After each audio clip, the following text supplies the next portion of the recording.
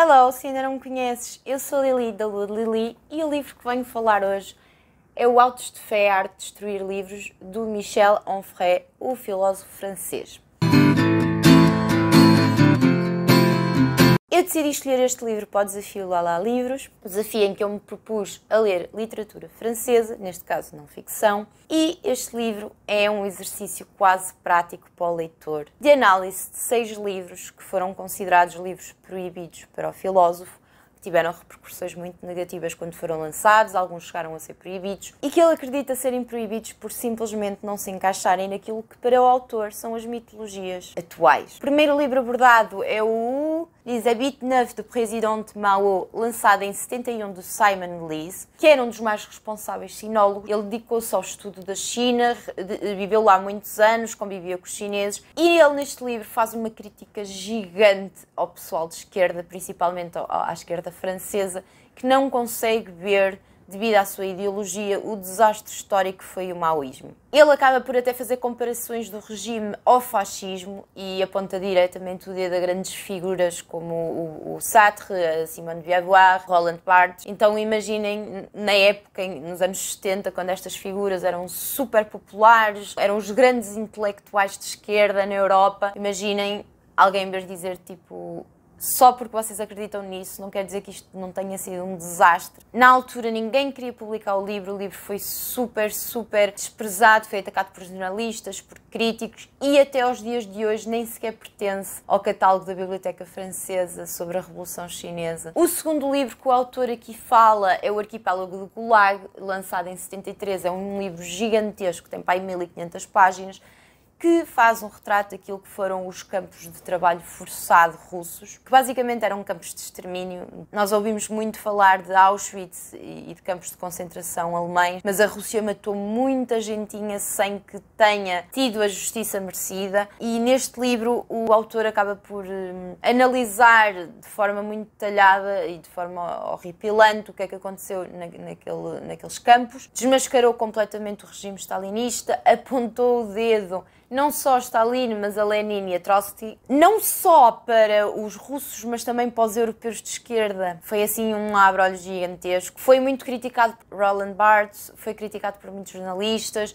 porque ele basicamente diz que aquilo que aconteceu na Rússia foi exatamente o que aconteceu com o regime do Hitler, simplesmente para a Rússia nunca houve um julgamento da Nuremberg. Em 93 foi lançado um livro que o autor também traz aqui, que é Voyage au centre du malaise française, do sociólogo Ionet, que critica a perda da identidade francesa devido à forte imigração que se sentia no país. E o autor aqui critica que a imigração tem que ser construtiva e não debilitar a personalidade do país. Era isso que estava a acontecer com as campanhas muito fortes que haviam na época, antissemitas e antirracistas. Obviamente que o autor foi acusado de antissemitismo e de racismo e o livro foi quase cancelado. Não sei até que ponto é que nos dias de hoje não teria sido cancelado de todo. Eu fiquei com alguma curiosidade, por acaso, em ler este livro, porque eu consigo perceber o que é que o autor quer dizer para além do óbvio, e as pessoas aqui, o que eu acho que aconteceu foi leram as letras grandes e depois não se deram ao trabalho de ler o livro. O Choque das Civilizações foi outro dos livros que fez assim um grande choque pelo mundo fora. Ele foi lançado em 96, se não estou em erro, e diz que aquilo que ia provocar uma terceira guerra ou aquilo que ia provocar um grande conflito mundial não seria o capitalismo versus comunismo, mas sim as identidades culturais e religiosas. Ele também diz que o Ocidente vai sofrer um declínio gigantesco porque, em vez de tentar solidificar a sua identidade própria, está a tentar universalizar todas as culturas e que vai acabar por se perder nisso, e que o exemplo perfeito disso é a cultura de cancelamento e de facto, nesse sentido, o autor teve alguma razão. Efetivamente, na época, ele foi acusado de criar conflitos que não existiam, de uma espécie de orgulho defensivo, mas o que é verdade é que, passado alguns tempos, nós agora vemos como é que o mundo está, em que livros são proibidos em universidades porque podem afetar a sensibilidade dos alunos. It is what it is, mas o escritor tinha alguma razão. Outro dos livros falados neste livro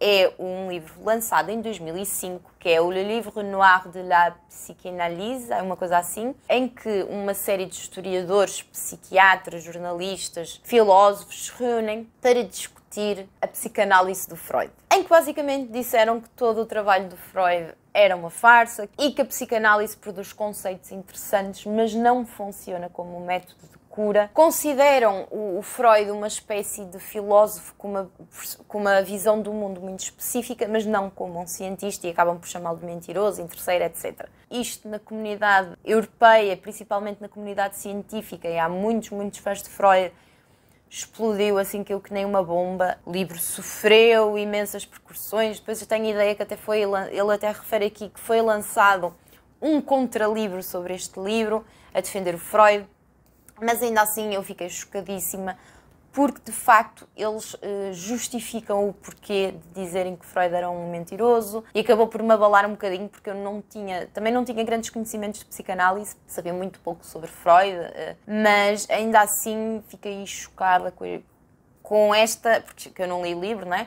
Mas com esta análise do livro, porque de facto deve ter sido um livro super polémico. E o último livro referido neste livrito foi um livro que foi lançado em 2008, Aristote au Mont Saint-Michel, em que o historiador defende que é mentira a premissa que sem o Oriente o Ocidente não existia. Ele neste livro diz que não foram os muçulmanos que trouxeram os textos gregos para a Europa, mas sim os árabes cristãos que fugiam do seu país. Segundo o autor, foi Jacques de Veneza que traduziu pela primeira vez textos gregos para o latim, Aristóteles, no Mont Saint-Michel, em França, e isto causou assim uma super discussão histórica, porque muita gente o acusou de não ter dados científicos para que conseguissem comprovar o que ele estava a dizer. Ele era professor universitário, já não me lembro se foi afastado, se foi despedido.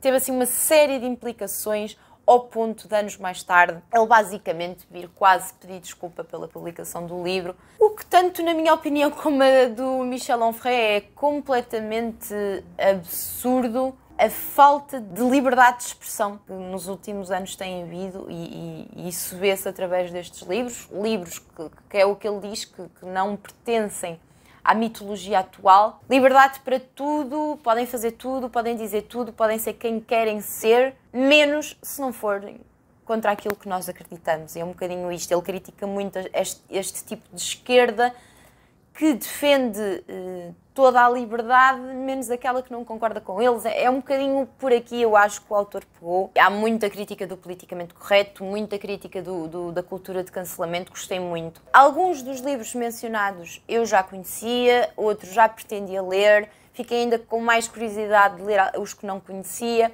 aprendi imenso sobre diferentes figuras, momentos históricos, até dados científicos que eu não conhecia, coisas do tipo que o incrível e genial Nobel da Literatura André Gide, um autor francês, era um pedófilo, fazia a mínima ideia.